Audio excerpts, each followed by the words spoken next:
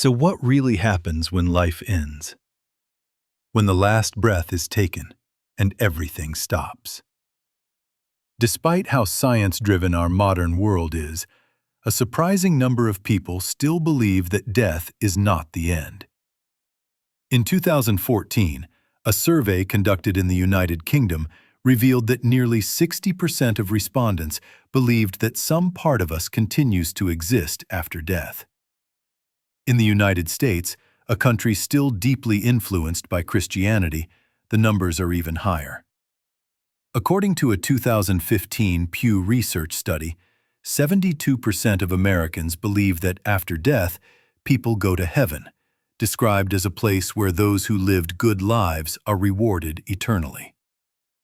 At the same time, 54% of adults believe in hell, a place where those who lived bad lives and died without repentance are punished forever. These beliefs have shaped how humanity has understood death for centuries. Cloud-filled paradises, eternal fire and judgment, reward or punishment, forever. But let's set belief aside for a moment and focus on what we can actually observe. From a medical standpoint, death is defined very clearly. A person is considered dead when the heart stops beating and the brain shows no electrical activity. Brain death means there is no coming back. Machines may keep the body functioning temporarily, but consciousness is gone. There is also something called clinical death. This happens when the heart stops and blood no longer circulates through the body.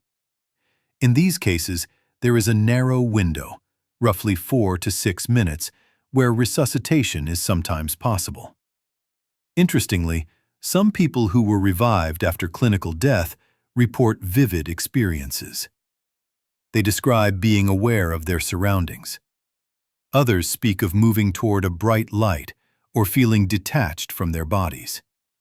However, once that short window closes, biological death occurs. At that point, there is no return. The process is irreversible. The final line is crossed, and what follows is not poetic. It is not symbolic. It is purely physical. Once biological death occurs, the body begins to shut down completely. Muscles relax. This includes internal muscles that normally control bodily functions. As a result, fluids and gases are released. This is a normal part of the process, though rarely discussed. In rare cases, deceased pregnant women may experience what is known as a coffin birth. This is not caused by labor contractions, but by gases building up inside the body and forcing the fetus outward. The body may also produce sounds. Moans or groans have been reported by nurses and medical workers. These sounds are not signs of life. They are simply air escaping as the body decompresses. Muscle twitching can occur. Blood shifts due to gravity, sometimes causing unexpected physical reactions. Blood begins to pool in the lowest parts of the body.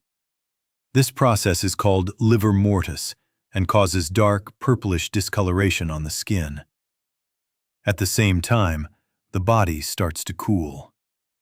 This is known as algor mortis. Within 2 to 6 hours, stiffness sets in, a process called rigor mortis, caused by chemical changes in muscle cells. Without circulation, cells break down. Bacteria multiply. Decomposition begins. Hair and nails may appear to grow, but this is an illusion. The skin is retracting as it dehydrates. Eventually, putrefaction takes over. The smell becomes overwhelming. Soft tissues liquefy. Only bones, cartilage, and hair remain intact for longer periods. Above ground, a body can decompose completely within weeks. Buried underground, the process may take years. After several decades, even bones return to the earth. And then there is the question science cannot fully answer. What happens to consciousness? Some people who nearly died describe absolute nothingness. No thoughts, no awareness, no sense of self.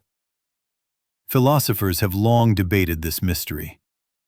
René Descartes believed the soul existed separately from the body.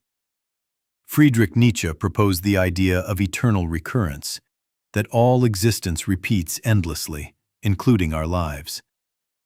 Buddhism speaks of reincarnation and the wheel of samsara, a cycle of rebirth that continues until true enlightenment is reached. So which is it? Heaven? Hell? Rebirth? Or simply returning to the earth? We don't know. But perhaps the most important question isn't what happens after death, it's how we choose to live before it. Share your thoughts in the comments, and we'll see you in the next video.